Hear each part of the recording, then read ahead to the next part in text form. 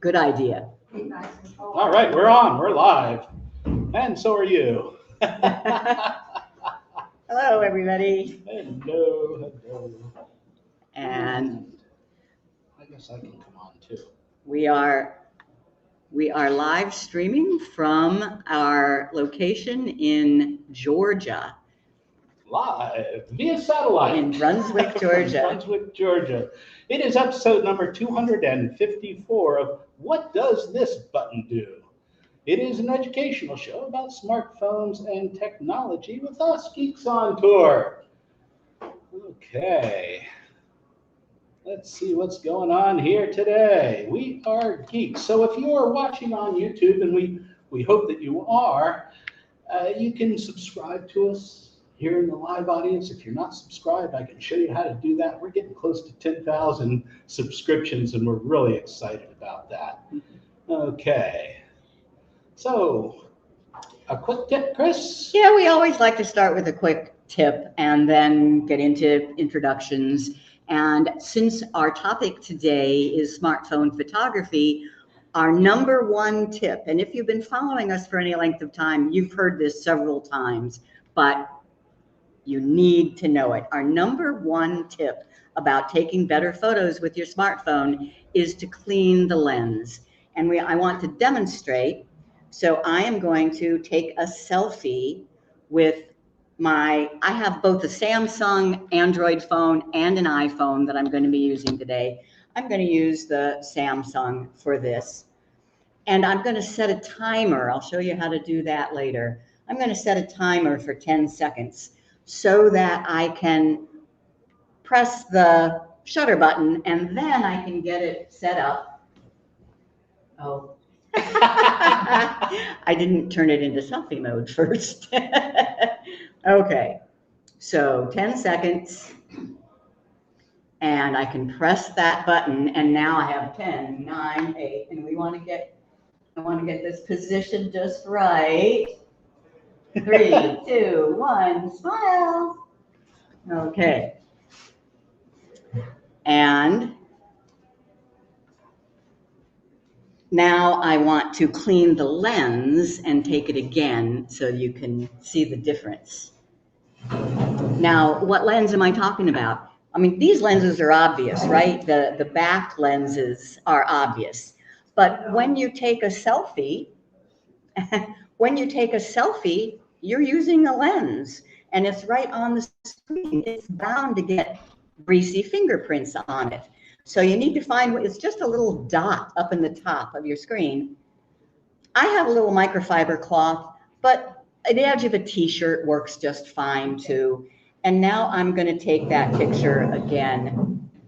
I'm just going to set the timer for 5 seconds now. I don't think I needed all that.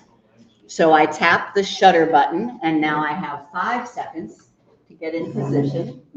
All right. Now I will show you the difference. And hopefully my lens was dirty enough that you'll see a difference. So here's my phone and I use Google Photos. Now it's not a requirement. If you use Gallery or if you use the Apple Photos, that's fine too. But I use Google Photos to see and work with my pictures. And I want to see the picture I just took, which is this one. All right. Well, my lens wasn't all that dirty, but still you should see some difference there. Yeah, it does look a little blurry. It's just a little fuzzy. But sometimes I have taken a picture. Oh, somebody waved back there. Very good. And it just looks like there's a gauze over the lens. I always clean the lens before I take a picture, or at the very least, I look and see if it needs cleaning. So that is our tip number 1, is to clean the lens. And here is an example of when I wasn't even planning it, and I looked at the picture and I said, oh, that's a dirty lens. So I cleaned the lens and did it again. Okay. All right. Does Google Photos not clean up the... Okay, he says, doesn't Google Photos clean up the mess? It can do an awful lot, but if you took a dirty lens, there's nothing it can do about that. No, it can't clean up a dirty lens. So that's why it's so important. All right. All right, let's see if I can get that one. Things are slowing down. It's just us now. Oh. Yeah. Yeah. But I think we'll be okay. Your turn. I know. I'm just trying to get myself on the screen. Hi, everyone. I'm Jim, and here together with my wife, Chris, we are Geeks on Tour. And do you think your smartphone is smarter than you? And you have questions about your iPhone or your iPad or your Android phone or tablet? How do you learn about these amazing devices? Well, we are geeks. And we can prove it. Also known as propeller heads. But we are geeks who teach. So we believe the best way to learn is in bite-sized pieces on a regular basis. So we came up with this YouTube show where we pick a topic every couple weeks and we teach just that topic. This is episode 254. You can see all of them on our website at geeksontour.com. Just click on the YouTube show menu. You'll see all 254 of them listed. All right. What do we got here? Okay, so Chris, where are we now? We're not home. That's a big difference. Yeah. We usually do this at home, and we have fiber optic to the house and all sorts of good stuff. We are at an RV rally called SKP ACRE. SKP stands for Escapees Club, and it is in Brunswick, Georgia. And we have an in-person audience today. Can you show them that a little bit? I can try. So we have our YouTube audience, and we have, yeah, wave, there we go. There we go. Let's see if that, there you are. Hey. Okay. Escapees.com. If you're an RVer and you're interested in joining and meeting other RVers, this is a great way to go. Our home for the next week is that little camper van that's in the picture when he gets it back. Okay. And where are we getting our internet from today, Jim? Oh, today we're getting our internet from a Starlink satellite dish. It's out there in the outside, and we're excited to have it. This is the first time I've been able to mess around with this Starlink, so it's really exciting for me. We're getting pretty good speeds. I would like to see better speeds, but it goes up and down as we're in here. So if you're interested in connectivity, this is a good test for Starlink right here. Okay. And how did we get that? Our great neighbor, his name is John, one of the attendees here at the SKP ACRE, and he offered this to us last night. We were going to use our cellular with the combination of the Wi-Fi here, but hey, I wanted to try it. so here we are, and we have all kinds of cool stuff going on. Yeah, the Wi-Fi, I don't think would have hacked it at all. Our Verizon is pretty good. And I do have one system here using the Verizon that if something dies, we'll switch over. But that's what's going on. So being amongst RVers, you get to play with all sorts of toys. Okay. All right, I want to say hi to our online viewers because we have some of the folks here and they're live. So let me see. Here we go. And are they saying that they can see and hear us? We usually like to Yeah. like to see a message that yes. Nobody said that it's terrible. Okay. Kevin, okay. Santan Valley, the low country of South Carolina. We're not too far away. Okay. Alice is here. Finger Lakes, New York. We have people from all over the place. Sun City, Arizona. We know some folks in that area. Chuck Parker, good to see you. It was good talking with you earlier this week, too. So, Steve Turney. Wow, bunch of people here. Lakewood, Colorado. Riverside, California. And if we started asking the folks around here where they're from, we'd get all kinds of cool answers, too. So, College Station, Texas. Monrovia, California. Oh, Bill Harbeck is saying, you see that one? No, not yet. I'm not there. What's he saying? Can I just tap it and put it on? Sure. Bill Harbeck is saying that your Starlink video and audio is great. Audio sounds like you are in a large room. Yeah, there's a bit of an echo in the room. And we're glad that we have the people here because they're oh, you're helping, yeah. Okay, great. All right, keep going. It's up there. It's your part, though. It's mine? That's what you usually do. Oh, okay, I'm busy. All our premium members make this possible, and we really want to thank you so much. If you want to join, you can go to geeksontour.com/join now. It costs $68 for 1 year. It's a membership website, and you get all kinds of great benefits. One of those benefits is our Backstage Pass. If you are a premium member, we have an online meeting after this Zoom, and after this show, we'll have a Zoom meeting with our premium members where you can ask questions, and we will be there, and we can talk about the whole thing. But you guys who are here in real life, you get to ask us questions all week. Right. Good deal. All the week. I just want to mention, I've come up with this new member benefit. I call it my never-ending list of tech tips, because we've been doing this for 30, 40 years, actually, and even smartphones, since smartphones were developed. So we have hundreds, thousands of tips, and they're really hard to find on our website. So I've come up with this new system where I'm just writing a little short tip. It is for members only, but we do have a category called free samples. You just go to geeksontour.com/tips. So, smartphone photography, are you ready? Practical and basic tips.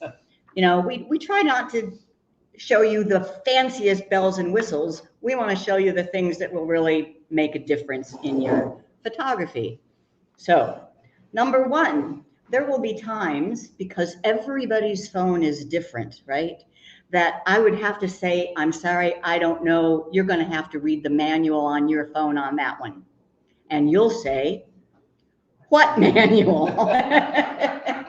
Exactly. So believe it or not, there is a manual for every phone out there. You just have to find it. The key is to know the exact make and model of your phone.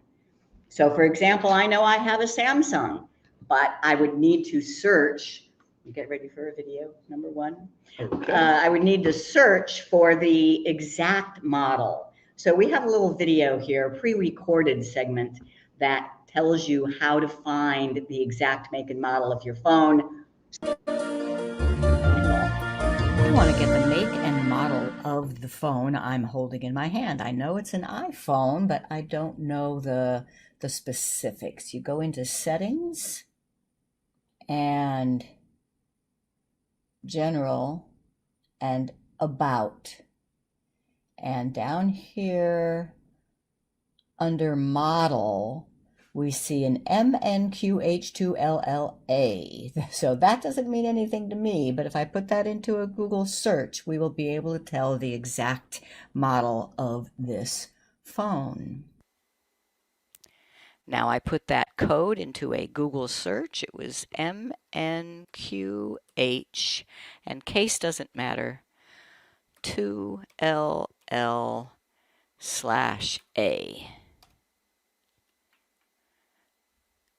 Isn't that amazing? It tells me not only it's an iPhone 7 Plus, but it's 32 gigabytes black.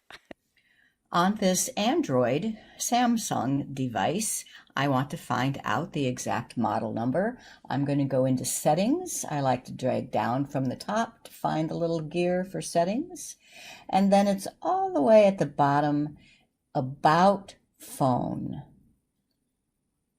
And it says that the phone name is Samsung, but there's the model number, SMG900V.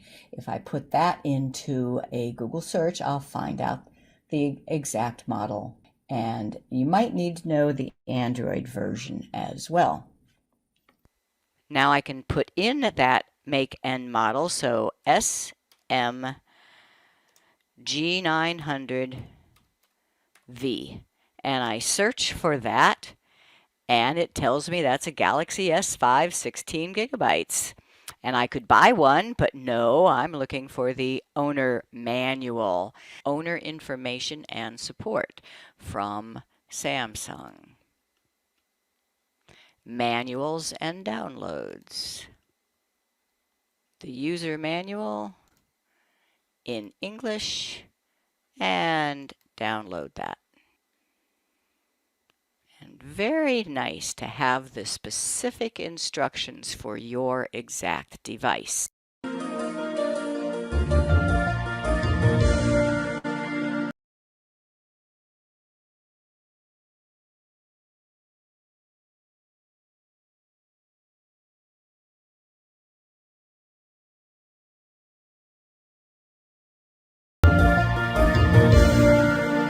Using an Apple Watch as a remote control for the iPhone camera. So here is my iPhone camera, and notice I don't even have to unlock it. And I want a photo taken with the rear, not a selfie. So I'm going to set it on its little stand here, and I'm going to ask Jim to set it down on the table in a way that it can see the two of us and our computer screens. Okay, I can do this maybe without hurting anything. Then you're going to be looking at my Apple Watch. Okay. And if I press the button to go to my apps, the app I'm talking about is Camera Remote. And as I said, I did not even have to unlock the phone. And look at that. You can see on my watch what my iPhone's camera is seeing. And then I can tap this button for 3 seconds, which will give us time to look at the camera and smile.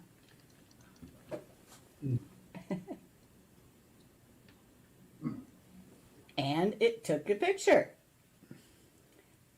So now give me my phone back. There you go. And I can go to my Google Photos and show you the picture it just took.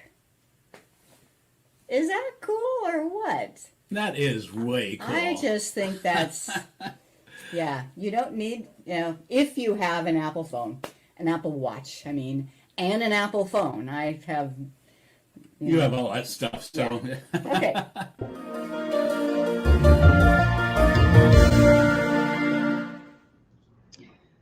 Okay. So that's clean the lens, keep it steady, and then pick your lens. How many of you have a phone that has more than one lens on the back?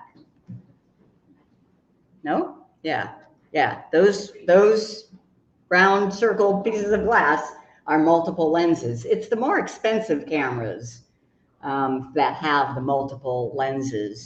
But I want to show you right in your camera. Do people have sound now? Right in your camera,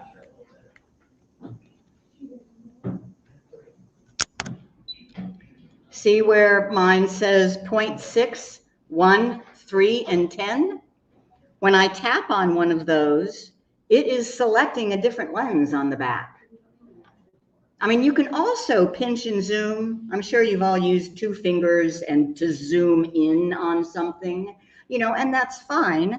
But if you tap on the 3x or the 10x instead, you know you're going straight to that lens. You're not at the edge of the telephoto of the previous lens. So I think that's a really good way to do it.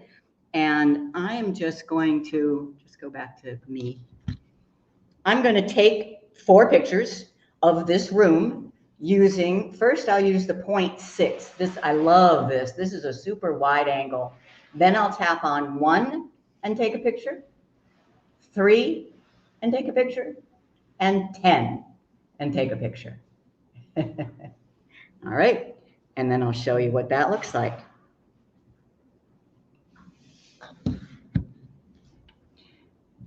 So here is the 0.6. Look at that. Without doing a panorama, which is another tip we have, I can get the whole room in using the 0.6 lens. Then there's the 1. Let me do it this way. There's the 1. So there was the 0.6. There's the 1. There's the 3. And there's the 10. Okay. So pick your lens, and here, I have just been fascinated with the wonderful magnolia trees here. So I just want to show you another example. Here is a photo I took, and this is a screenshot to show you where I tapped on the 1x, and that's how much of the tree. I got the whole tree. Then I chose 3x and I got just the top of the tree. Then I chose 10x and I get the magnolia right at the top of the tree. So if you have something, you know, all phones that have multiple lenses have a way to jump from one lens. If you just have 2, you might not be seeing a 1, 3, 5, and 10. You might be seeing a 1 head or 2 heads. 2 heads means you're zoomed out. 1 head means you're zoomed in. And, you know, if you don't see that, you know, get with me later. Now, how many times do I say my favorite tip? But this one is just so fun because most people don't realize it's there. Taking live photos. Live photos is what they call it on an Apple iPhone. Motion photos is what they call it on Android. So on the iPhone, when you're in the camera, you'll see this little bullseye at the top of the camera. And if it's on, it's solid. If you just tap it and it turns it off, you get a line through it. So find that little icon, that button, and just tap it and see what happens, and tap it again and see what happens. I leave mine on all the time. On my Samsung, it's the same idea. I just tap a little button at the top of the camera, but it's the one that looks like a play button. And tap it once and it's on, tap it again and it's off. On the Pixel, does anybody in here have a Pixel phone? I do. He does. A Pixel is a Google only, it's a straight Google phone. It's just called something else. It's called Top Shot on Pixel. So I want to demonstrate, and I'll do that with my iPhone this time. So I am on my iPhone's camera. I see the little bullseye in the top, and it does not have a line through it. So that means that live is on. So I want you all to wave your hands, and I'll just, there. I just snapped the shutter button once. I did not take video, right? I just snapped the photo button, but it was a live photo. So let's see what that looks like. And this time I'll go into Apple Photos. Oh, This is tough. I know. One-arm paper hanger here. So when I say Apple Photos, I mean that little icon that's very flowery, multicolored. Google Photos is this one that just looks like a pinwheel. I always use Google Photos unless there's something special that the Apple Photos does, and this is one of them. So here is the photo it looks like a photo, right? But if I long press on it, and I'll just, you see the waving, right? So what good is that? Well, there's a few things you can do. And I think a better example, I'm so glad you're here, Steve, so you won't have to hear about it from other people. I took a picture of you yesterday, and that's kind of a plain picture. I always have live photo on though. So I press this. And I love that when he opens his mouth. He gets a silly look on his face, opens. I want that picture. Here's how you do it. I tap on edit. Now remember, I'm in Apple Photos here. There's other ways of doing it in Google. I tap on edit, and then down at the bottom, does that bullseye look familiar? That is the live photo icon. I tap there. Now I get all of the different frames of the 3 seconds of video that it took. I can say, that's the one I want, and tap Make Key Photo, and done. Now, that's the photo I have. Okay. She usually does that to me. I'm glad you're here. And the weird thing, we did a whole episode on, when I say episode, I mean one of our YouTube shows, our live streaming YouTube shows. I think it was 223. We did a whole episode on live and motion photos. And I had Jim count on his fingers 1, 2, 3, 4, 5, and it got all of them. But I snapped the shutter button at 3. It also got 1 and 2. How does it do that? It takes part of the video before you snap the shutter button. It's magic. It's magic. I don't know. But I want to show you a couple other things that you can do with live photos on the iPhone. This is very specific to the iPhone and Apple Photos. And I have an album just for this purpose. So yeah, there's the 1, there's the 5. And 1, 2, 3, 4. And it was at 3 that I snapped the shutter button. And you've already seen how I can get, if I wanted to get the picture of where he was just saying 1, I could do that. But let's do something else. This is a fun one. So I just snapped a photo of a scuba diver jumping into the water. But that's not the photo I wanted. I wanted the one of her in midair. So what do? Edit, bullseye, and look at the different frames. And that's what I want right there. And make key photo. But I can also make her jump in and out and jump in and out and in and out. Notice where it says live at the top left. Then there's a little down arrow. Tap right there, and I can make her bounce.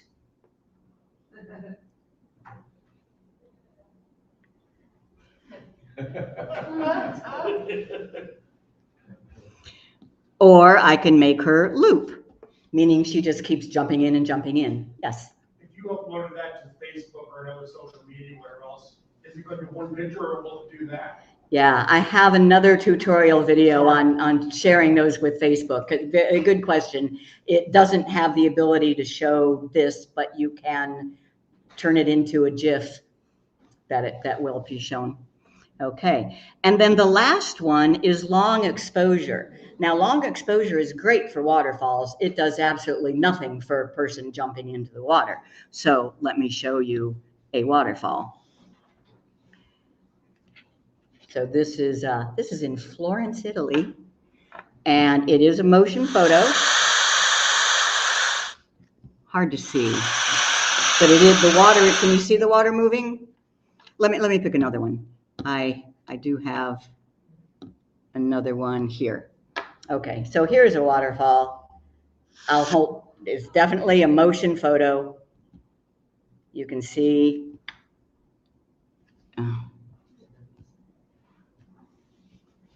Oh, that's something else. Yeah, you can see the water. If instead of a live, I make it be a long exposure, you get that really cool, soft waterfall effect. So you can get some professional, cool photos on your iPhone or on your Android. I can do these same things.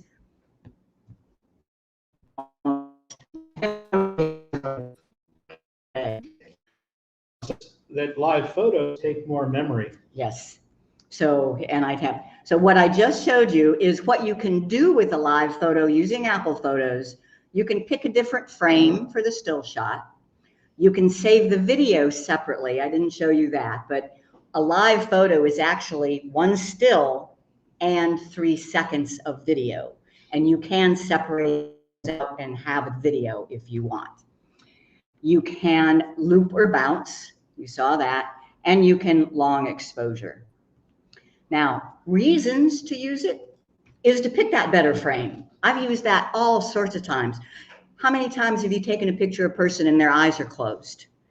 If you had taken that with live photo on or motion photo, you could have found a frame where their eyes are open. But also remember, it's actually snapping the picture. It's starting the video part before you tap the shutter button. Once again, don't ask me how, it's magic. Lightning. Have you ever tried to take a picture of lightning? By the time you see it, it's too late, right?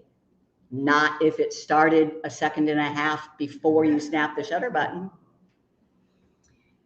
And just action shots for fun. You know, you can catch somebody jumping, you can get them in midair. And Google Photos has a movie maker where you can select a bunch of photos and it makes a movie with music and everything. It will use the motion, it will use the video in your live photos. Reasons not to use live photos or motion, it's called motion on Android. They take up a lot of storage. So get more storage. If you use Google Photos, you can upload it all to the cloud and you can remove them from your phone to free up your phone's storage. I think they're really, really useful, but yes, they do take up a lot of storage. So if you know that you're just taking pictures of documents or something that no way, then turn it off. Yes. If you haven't taken it as a live photo, but you want to make it a live photo, is it magic enough that it can go back and do that? If you have not taken a live photo and you want to go back and make something a live photo, no. No. Okay. That would be wishful fun. Thing. Oh, there we go. Questions. We have any questions from our online? Nothing up here. Okay. I haven't asked for them. Well, we'll take a live question here. I have a question very much like his. If I use live photo and I select a frame and make that photo, do I delete the live photo? And is that only going to use the storage space for the one I took, or does it stay in the background? Okay, great question. Let me repeat for our online audience. If you take a photo, a live photo, and you choose a different frame to be the still, then what do you do with the live photo? It depends on whether you're on iPhone or on Android, because the way Android grabs a picture is by making a copy. It grabs one frame and makes a completely separate photo of it. The iPhone, as you saw, it just sets the key frame. So if you wanted to get another one, you would have to do save a copy on your iPhone, and you can do that. And actually, I did have somebody, I did have a video on that. How are we on time? We're getting short. Okay. There is a motion photo video. Yeah, there is, but I think I showed enough. Yep. Yeah. Oh, and I didn't say, in case, All of this will be on the internet, and we have this presentation plus all the separate little tutorial videos for everything I'm teaching here has a separate tip tutorial video on our website. All right, so that was motion photos. Next, and that's something that obviously a regular camera can't do that, right? I mean, there's no way a $10,000 digital SLR, they don't have settings for taking motion along with a photo. You're either on photo or on video. So, and here's another thing that you can't do with a real camera, and that is panoramas in one step. Play, oh, do I need to do it? Yeah, play. Yes, This is a quick tip on taking a panorama shot with an iPhone. The point is when the camera is not wide angle enough to get the whole shot in. You're going to miss a lot if you just take a picture. So drag the settings until it says pano. That means panorama. You're going to hold the phone vertical to get as much height as possible. Then you tap the little shutter button and follow the arrow across, panning across your whole photo. When you have it all, tap the shutter button again. It'll be a square. And now you can view the picture. I'm doing it using Google Photos, and you see a beautiful panorama shot of the whole scene.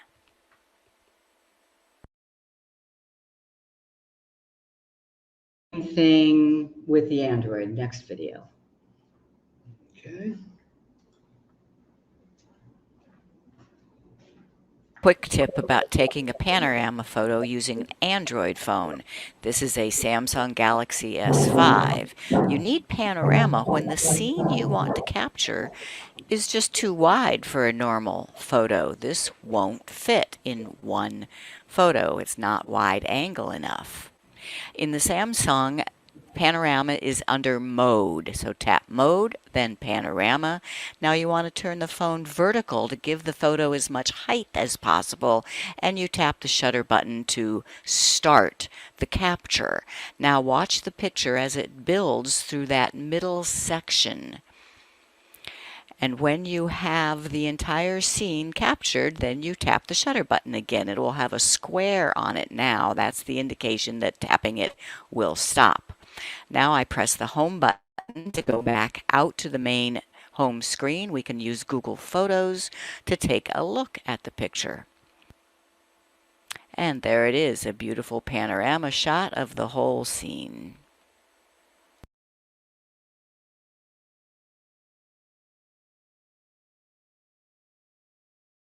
Every Android is going to be different, but in case you have a Samsung that's like mine, let me show you where panorama is. And this is a lesson for all of y'all with your cameras. Explore all the different options. There's so many more things your camera can do than you've ever tried. Ask yourself, what does this button do? And try it.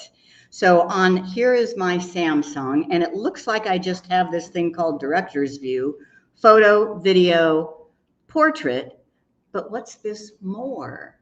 What's that button do? There's all sorts of more things like panorama. Panorama is on the more screen. I use panorama fairly regularly, so I want it on the main. You can do that. You tap this little plus down here, and then these are movable. I can click and drag, and I can just drag it down to the line and save. So now if I am just looking at my camera, there's panorama right there. And there's things like slow motion and fast motion.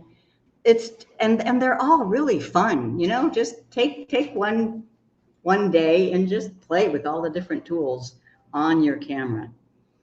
All right, you said we had a question? Yeah, Joel says, let's see. Can you decide the frames after you select the one you wish? Can you delete the frames? Delete. I think and the answer was, it depends on whether you're on iPhone or Android and whether you saved a copy. So yes, if I took a live photo just to get the right frame, then I'll make sure to save that frame as a copy. And if I think about it, I'll delete the live photo. But just make sure. Okay, Ethel says, you mentioned that Google Photos has a movie maker that would add music. Does the iPhone have a movie maker? The iPhone Photos makes these little movies for you, and they're pretty good. I like them. To my knowledge, I can't find a way in Apple Photos to make a movie like Google Photos does, but you have iMovie. You know, so it's just a little more to learn, but iMovie will do that. That's my answer to that. And yes. I have a comment or question about the panorama. If you take too big a panorama, it still comes out photo. Can you do anything with that? Okay, so his question is, if you take a very wide panorama, it comes out very narrow. Step one, make sure that you're holding your phone vertical so that you get as much height as possible as you pan. And two is you can crop it and work it. No, that's the main thing, you know. Yeah. And or on your phone, you have a, what's it called, that goes up and down and left and right and all around. That's the sphere, photosphere. Photosphere. So, and that makes it even 3D almost. Huey wants to know if there's a way to copy a live photo from an iPhone to a PC. Okay, sure. Whether, or I think you're probably asking, do you get the live photo? No, you get a still and a video in a zip file. That's the way it works from the Android to the computer. I think it's the same with iPhone to PC. You get it in two pieces. So one comment about panoramas, they're great for group shots. I mean, if you want to get a whole group in and you can't, instead of telling people back up, back up, back up. Especially at the Grand Canyon. Especially if they're going to fall off the cliff. No, just stay where you are, but use the panorama and you'll get everybody in. And then you can do fun things like this that we did at the last escapade in Rock Springs. Anybody in this audience here? There. Notice, Sure. yeah, there. Notice that Jim is in both sides of the picture. So what, you know, I can't. I can't get around behind her. Yeah, he can't. He'd have to, if I start a panorama and he's right there, and then I pan it and he runs around behind me and gets to the other side, that's what happens. You can get a person in two places at once. You can also do vertical panoramas if you're taking a waterfall or something. Like the redwood trees. Right, redwood trees. Okay, editing. You hold the camera sideways to do a vertical? Exactly, yes. She said, how do you hold the camera? If you're going to you hold it so that you get as much width as possible since you're making a very tall picture. Yes. Editing. It's all about editing. Do not settle for the shot you took. Make it better. And all apps have the basics. So if you want to use the iPhone Apple Photos app to do this, that's fine, or the Samsung. I use Google Photos because it works the same on both Android and on iPhone and the computer. So the next video, it's just 1.5 minutes. And that is Um, Chromebook? no, Motion photo. next one. I have Pano, Android, Pano, iPhone, motion photo. All right, I guess I didn't do it. Okay. So I will do it. I will do it live. Okay. Let me get over to here. Here. So I go into Google Quick Photos tip about taking a and I get some samples that I use. And This is a quick tip on taking a pan. In the world. stop it. Stop it. Stop it. All right. That picture looks awfully dark, doesn't it? What picture? If you didn't know that you could edit it and make it better, you would delete that. It's garbage. All I have to do, one tap on edit and one tap on enhance, and boom. Not only do you now see the deer, but you see there's a second deer behind. And then I save. And so I save that, and I save. I can always undo if I decide I did something I didn't like. And what's wrong with this picture? It's crooked. Very easy to fix. You just go into crop, and there's this little slider here that will change the angle. It drives me nuts when I see pictures on Facebook that are crooked. It takes 2 seconds to straighten them, people. Fix it. Fix it. And you save. And then here's one. Anybody, if you were into photography at all, you know about the rule of thirds, which means don't put your subject dead center, put it off to the side. I took this photo dead center, but I can change that by, I've hit an internet issue here. So, oh well, let me see if I can do this guy. Nope. All right. What about that picture where the people are dark? Where the people are dark, it's the same thing. I just tap on enhance and they're lightened up. Really? It is just amazing how much better your pictures will look if you just take a few seconds, if you learn how to edit. So clean the lens and learn how to edit are my 2 main points here. And that one's not doing that. All right, let's go back. Now, the basic editing, making something brighter, straightening it, cropping it, can be done with any program. But if you want a wow factor, you want to use Snapseed. And I'm just going to do one sample on Snapseed. Show you what that is. And Snapseed is a free app. Snapseed is a free app. It's by Google, and it's represented by this little leaf down here.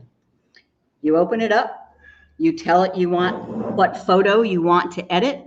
I'll open from device, and this happens to be an iPad that I'm using here, just because it's a bigger screen and you can see things. So I'll see all my, and here, and here. So this photo of this guy, good looking guy. This was in Italy, but look how dark his face is. But I don't want to lighten the whole thing. That'll wash out the sky behind him. I tap the pencil and tune image. And then there's this thing called ambiance. Notice I'm just rubbing the screen. You rub the screen up and down or left and right to get your choices in. Isn't that better? And there's shadows. I don't want so many shadows. But notice it's only brightening the shadows, not the sky behind him. But I'm going to open another one. And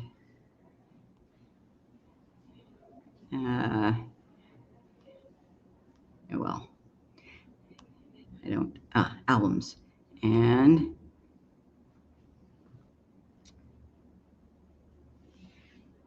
Snapseed.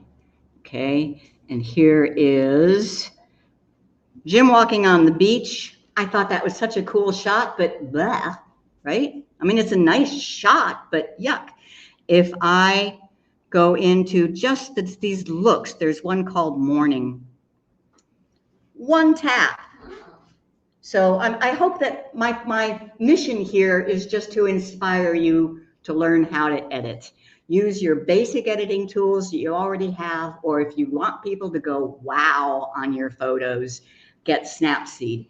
It does not work on the computer. It's a mobile only, but it is both iOS and Android. And I think we are just about done. All right. I already did the rule of thirds. If you did not take your picture using rule of thirds, you can crop your picture to be rule of thirds. The last thing, tip number 7, is know your camera's settings. There's all sorts of settings. And on the Apple, the settings are under settings. You know, in the Apple, there's a main button that says settings, and then you scroll down until you find camera, and there's a bunch of settings there. On the Android, it's just the opposite. You open the camera, and then there's a little gear for settings. Take a look at all of those, especially location services. Have you ever taken a picture of a mountain and you looked at it years later and said, was that mountain in Colorado or was that mountain in the Alps? You want your phone to record the location, but the setting must be on before you take the picture in order for that to happen. All right. Can you leave it on all the time? Can you leave the setting for location on all the time? Absolutely. Absolutely. Okay, I don't see any other questions there, so we have some questions for you. Okay, did you learn something? Yes. Okay. We're missing a bell or two. Yeah, Oh, yeah. His hat is broken. sorry. She has both. Eat your regular meals, you won't have to chew on I them. have. Before taking a photo, always do what? Clean the lens, right? And if you can't get everyone in with one shot, use what mode? Panorama. And if you can't see the location of a photo, what is wrong? Your location settings are off for your camera. Okay. And if true or false, if you take live motion photos, it captures a moment before you snap the shutter button. Because of? Magic. Okay.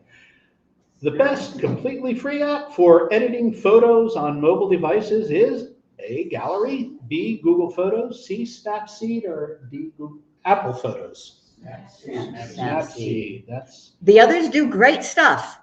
Snapseed does even more. more like Photoshop. If you didn't follow the rule of thirds when you took a photo, you can fix it later doing what? Crop, ambiance, filters, or markup? All right. Crop. Very good. Okay, thank you, folks. We want to remind our live members, our premium members, that they should come to the backstage pass. It's a Zoom meeting about 3 o'clock in a few minutes. You get the link from an email that Chris sent out, or you can go to our webpage, geeksontour.com, the member login page, and you'll see the link there. We might be a few minutes late. Yep, we're running. Yeah. Okay, keep going. What's the webpage that lists all of our YouTube shows, Chris? geeksontour.com. In the menu item is YouTube show. You'll see all 254 under there. Okay, the webpage that lists all of our recent newsletters. geeksontour.com. And the menu item is blogs and news. 15 years of monthly newsletters are there. Yeah, that's cool. And why do people pay $60 a year to join Geeks on Tour? We have lots of member benefits and a brand new one now, my list of never-ending tips. Yeah, that's going to be cool. And any member can ask us questions on our Q&A page. We have these private Zoom meetings for our members, access to hundreds of show me videos, written notes of these shows, and some people join just to say thank you for all the free training they get from us. And that is so much appreciated. Become a member. geeksontour.com, join now, and sign up for our free newsletters at geeksontour.com/news. Members get the latest version of Chris's book, Learn Google Photos. You can also get that at Amazon, Kindle, become a premium member, subscribe to this channel. I'm Jim. I'm Chris. And we are Geeks on Tour, and we'll see you next time. See you Thanks next for time. coming.